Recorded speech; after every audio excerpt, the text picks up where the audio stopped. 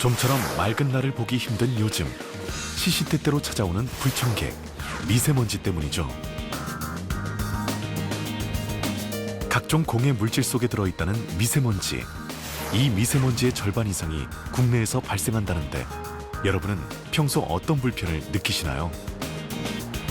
그 어느 때부턴가 갑자기 하늘이 뿌연 날이 많고 운동할 때도 이렇게 숨쉬기가 좀 거북하다든지 이런 날들이 많아지는데 그게 이제 한 해에 끝난 게 아니라 2년, 3년째 되니까 올해까지 3년째가 돼버리니까 견딜 수가 없더라고요. 이제 심한 날은 그거를 이제 가동을 하고 심하지 않은 날은 아이를 데리고 나갔을 때 마스크를 착용을 시키고 가급적 실내 생활 위주로 지금 많이 하고 있어요.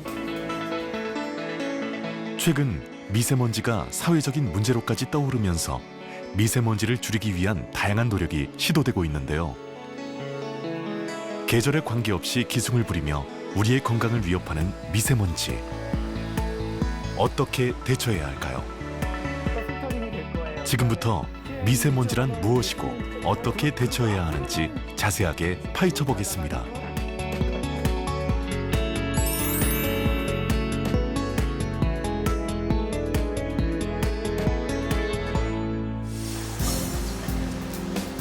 서울 강서구에 있는 대기오염 측정소. 미세먼지 측정 과정을 보기 위해 환경부가 초청한 시민들이 찾았습니다. 전국 각지에 설치된 이곳은 미세먼지와 함께 각종 대기오염 물질을 측정하고 있죠. 일반적으로 저희 도시대기오염 측정소, 다른 대기오염 측정소는 환경부에서 정하고 있는 6가지 대기오염 물질이 있잖아요. 미세먼지, 초미세먼지, 아황산가스, 이산화탄소, 오존, 일산화탄소, 그리고 이제 기상 항목들을 기본적으로 모두 측정을 하고 있어요. 이들은 미세먼지에 대한 대책을 요구하며 만든 온라인 카페 회원들인데요. 미세먼지 채집 과정을 보며 평소 눈으로 볼 수 없는 미세먼지를 실감합니다. 보통 10마이크로미터 이하를 미세먼지, 그보다 작은 것을 초미세먼지라고 하는데 사람 머리카락이나 모래알보다도 작아 우리 몸속 깊이 침투해 해를 끼칩니다. 미세먼지는 눈에 보이지 않을 만큼 매우 작기 때문에 호흡을 통하여 폐 등에 침투하거나 혈관을 따라서 체내로 이동하여 들어갈 수 있습니다. 그렇게 되면 천식 등 건강에 나쁜 영향을 미칠 수 있는데요. 2013년에는 세계보건기구 산하의 국제암연구소에서 PM2.5를 발암물질로 지정한 바 있습니다. 이 같은 문제점 때문에 미세먼지의 측정 농도에 따라 5단계의 대응 수칙을 예보하고 있는데요. 어린이와 노약자는 더욱 주의를 기울여야 합니다.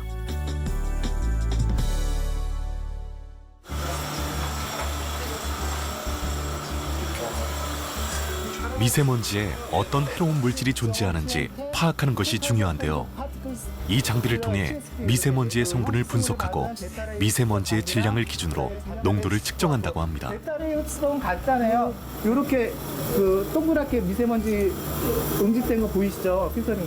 저기에 배터리 선을 추가를 하면은 그 입자가 전국 각 권역별로 측정한 미세먼지 농도는 이러한 분석 과정을 거쳐 실시간으로 전송되는데요. 손안에 든 스마트폰으로도 언제 어디서든 확인할 수 있습니다.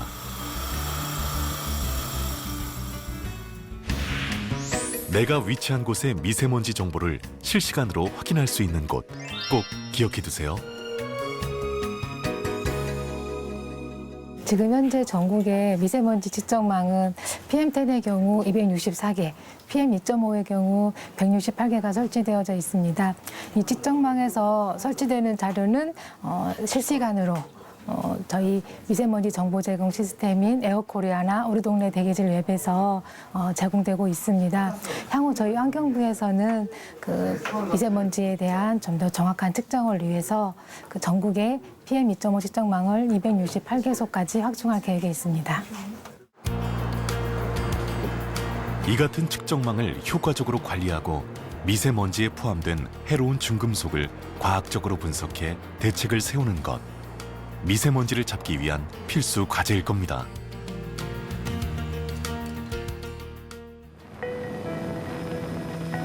그렇다면 우리 몸의 작은 침입자 미세먼지는 도대체 어디서 발생하는 것일까요? 황사가 중국 몽골의 건조지대에서 발생한 자연현상인 반면 고농도의 미세먼지는 인위적으로 배출된 오염물질이 주요 원인입니다.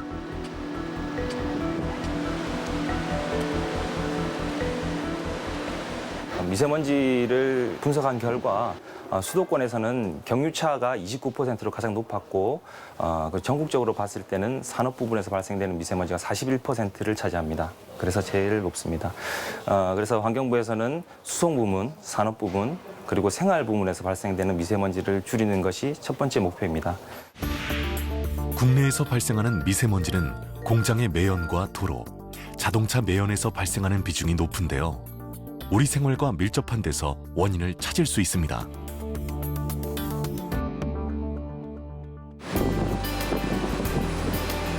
서해안의 작은 도시 충남 보령.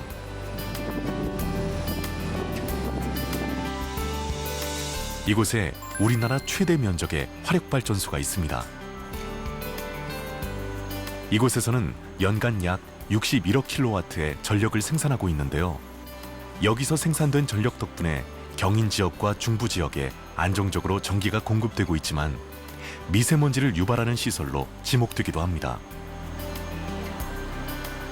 발전소에 해당되는 미세먼지가 질소산화물, 황산화물, 먼지 이렇게 세 가지가 있습니다. 그리고 이러한 미세먼지 저감을 위해서 저희 발전소에 이제 환경 설비가 타랑 설비, 탈질 설비, 전기 집진기를 갖추고 있는데요.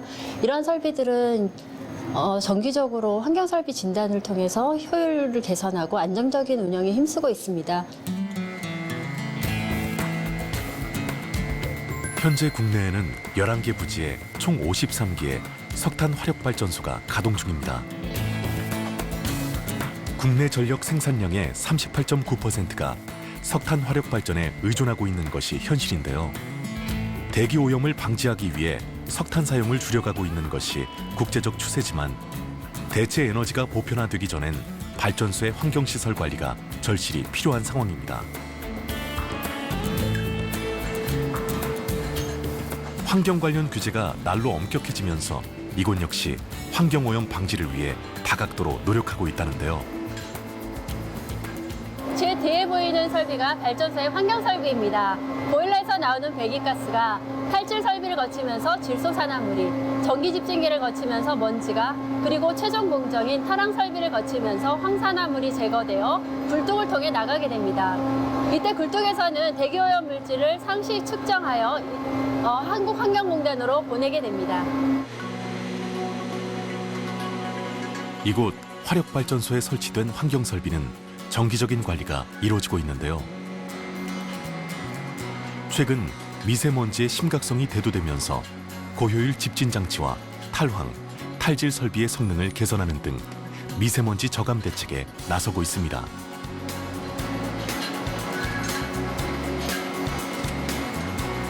현재 국내의 주요 화력발전소는 탈질 설비, 열 교환기, 전기 집진기, 탈황 설비 등 주요 공정에 환경 설비를 설치하고 있는데요.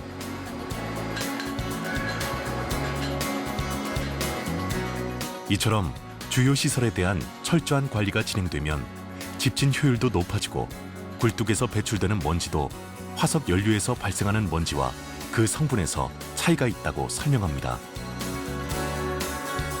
일단 미세먼지들을 저희가 그 집진기 효율이 지금 99.3%의 효율을 가지고 있습니다. 지금 최근에 환경적으로 이슈가 많이 되고 있는 미세먼지 이런 것들을 많이 걸러낼 수 있죠. 100%까지는 못하지만 그래도 상당 부분 거의 90% 이상을 저희가 잡아내서 그 대기 중으로 방출되지 않게 하는 그런 효과가 있습니다. 현재 환경부는 미세먼지 저감 기술을 위한 연구 개발을 확대하고 있는데요. 이를 통해 대기오염 배출 기준을 이행해 나가도록 제도 역시 강화할 방침입니다.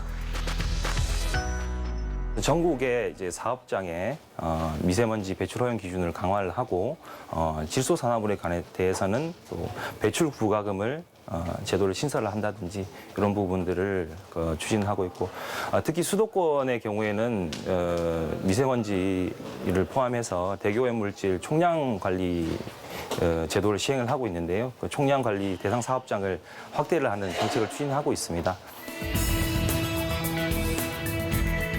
미세먼지를 일으키는 또 하나의 주범은 우리 생활과 아주 가까이 있습니다. 생활의 필수품이 된 자동차죠. 실제로 자동차가 빼곡한 출퇴근 시간이면 미세먼지 농도도 나빠진다는 예보가 들리는데요. 자동차, 과연 어떤 문제가 있는 걸까요? 현재 사회에서 자동차라는 거는 우리에게 정말 없어서는 안 되는 문명의 이익입니다. 하지만 그 자동차에는 그 대기오염 배출이라고 하는 치명적인 약점이 있습니다.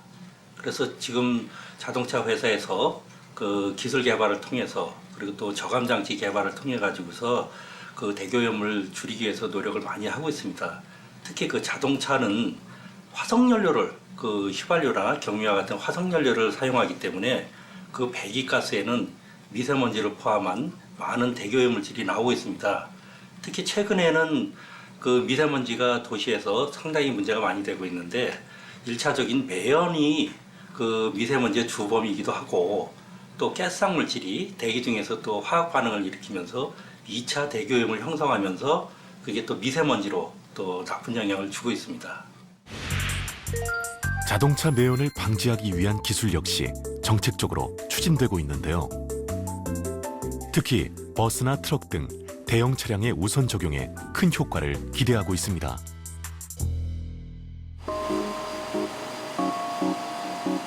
이곳은 자동차로 인한 환경오염 발생 요인을 과학적으로 규제하고 관리하는 국립환경과학원 교통환경연구소입니다.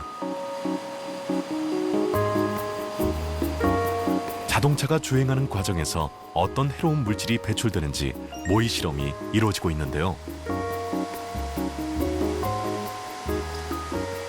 이거는 저희가 휘발유차에 배출가스를 측정하는 주행 모드인 CVS 7호 모드를 주행하고 있는 거고요. 안에는 운전자는 파란색 선을 따라서 쭉 주행을 하게 됩니다.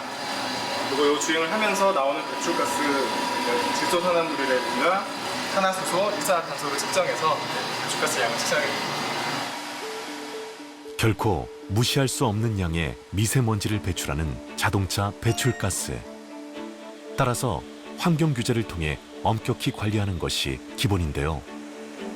이곳에서는 국내에서 운행되는 차종에 따라 모의 실험과 측정, 성분 분석 등을 통해 규제 범위 이내에서 차량이 출시될 수 있도록 연구하고 있습니다. 친환경 LPG 자동차나 전기차가 매연을 배출하는 경유차의 대안이 되고 있지만 현재 오염 방지 기술 적용과 규제는 매우 중요한 대책이라 할 수 있는데요. 현재 경유차의 경우 미세먼지와 질소 산화물의 배출 허용 기준이 10년 전과 비교해 현저하게 낮아졌음을 확인할 수 있습니다.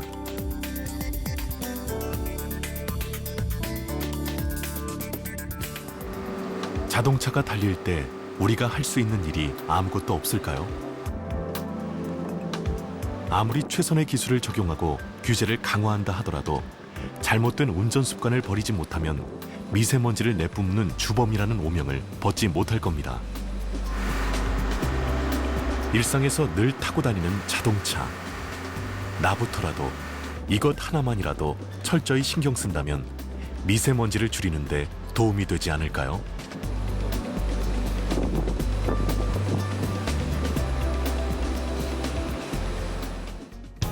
미세먼지를 줄이는 친환경 운전 습관. 경제 속도를 준수하는 것은 필수고요. 급출발, 급가속, 급감속은 절대 금물. 불필요한 공회전도 없애야 합니다. 네, 저희 연구소에서는 미세먼지를 포함한 대기오염을 줄이기 위해서 자동차와 관련된 그런 연구를 지금 수행하고 있습니다. 주요 업무로서는 세부적인 연구로서는 그 자동차 인증과 관련된 실험을 하고 또 사후관리 실험도 병행하고 있습니다. 아울러서 자동차에 들어가는 화석연료, 휘발유와 경유와 같은 게 되겠죠. 그런 그 석유 제품에 대해서 품질을 정해놓고 그걸 기준을 달성하는지 여부를 실험을 하고 있습니다. 이미 서유럽 국가들은 청정 에너지와 저공해 교통수단으로 기후 온난화와 대기 오염을 방지하고 있습니다.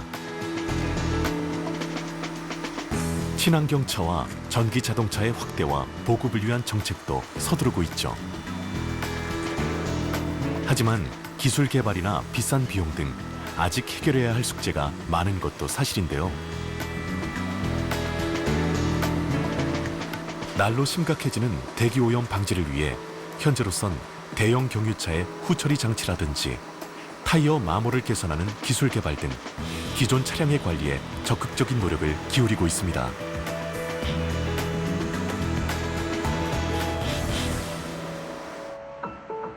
맑고 청정한 공기를 누리기 힘든 곳. 그렇다고 자동차 없이는 불가능한 도시 생활. 더 이상의 대안은 없는 걸까요? 경유차에서는 미세먼지뿐만 아니라 미세먼지의 전구 물질이라고 할 수 있는 질소산화물이 다량 배출되기 때문에 질소산화물을 저감할 수 있는 정책을 추진하고 있습니다. 그 신차, 제작차에 대해서는 실제 도로를 주행을 하면서 배출가스를 측정하는 실도로 주행 배출 허용 기준을 신설을 했고, 운행차에 관해서는 운행차의 질소산화물 기준을 도입을 하고, 그리고 지금 있는 미세먼지 기준, 매연 기준을 강화하는 부분을 추진하고 있습니다. 그리고 노후경유차에 대해서는 노후경유차 조기 폐차라든지 노후경유차 저공해화 사업을 추진하고 있습니다. 세계보건기구의 보고서에 따르면 지구촌 인구의 92%가 초미세먼지 권고기준 초과 지역에 살고 있고 대기 오염으로 인한 조기 사망자가 연간 650만 명에 이릅니다. 미세먼지 대응 방법을 습관화하는 일 또한 중요한데요. 예보를 수시로 확인하고 마스크 착용과 수분 섭취 등 미세먼지에 대응하는 생활 수칙 꼭 기억하세요. 미세먼지가 사실은 인간의 모든 활동에서 발생을 하고 있습니다. 차를 타신다든지 아니면은 공산품을 쓰신다든지 아니면 전기를 쓰실 때도 사실은 다 미세먼지가 발생을 하고 있습니다. 그렇기 때문에 환경부에서 미세먼지를 줄이기 위해서 특별 대책을 발표를 했는데요. 특별 대책의 목표는 향후 10년 내에 유럽의 파리라든지 브뤼셀, 유럽 선진국 수준으로 미세먼지를 저감하는 것을 목표를 하고 있습니다. 실제로 대책을 발표를 할 때 환경부에서 그 저감할 수 있는 저감 가능량과 그 모델링을 통해서 그렇게 분석이 됐고요. 깨끗하고 맑은 하늘에서 국민들께서 생활하실 수 있도록 최선의 노력을 다하도록 하겠습니다. 깨끗하고 맑은 공기는 더 이상 공짜가 아닙니다. 정부와 국민 그리고 산업계 모두가 노력할 때 미세먼지 걱정 없는 건강하고 푸른 하늘을 만들어낼 수 있을 텐데요. 일단 불필요한 물건 안 사고 버리는 쓰레기 같은 것들을 줄이고 저만 해도 예를 들어 예전에 차 많이 몰고 다녔다고 하면 전 아이가 세실해서 어쩔 수 없이 차를 많이 몰아야 되는데 가능하면 대중교통을 이용한다든지 그리고 무엇보다 중요한 것도 아이들한테 그런 교육을 합니다. 미세먼지가 이렇게 몸에 좋지 않으니 우리가 줄일 수 있는 건 줄이자. 자전거를 좀 많이 이용한다든지 집안에서 덜 쓰레기가 나오게 한다든지 이렇게 음식 쓰레기는 좀 덜 남게 한다든지. 나부터 노력하겠다는 생각. 이제는 생각의 전환이 필요할 때입니다. 나와 가족, 미래의 우리 후손들이 살아갈 건강한 지구를 위해 미세먼지 걱정 없는 맑은 공기를 만들도록 모두가 노력할 때입니다.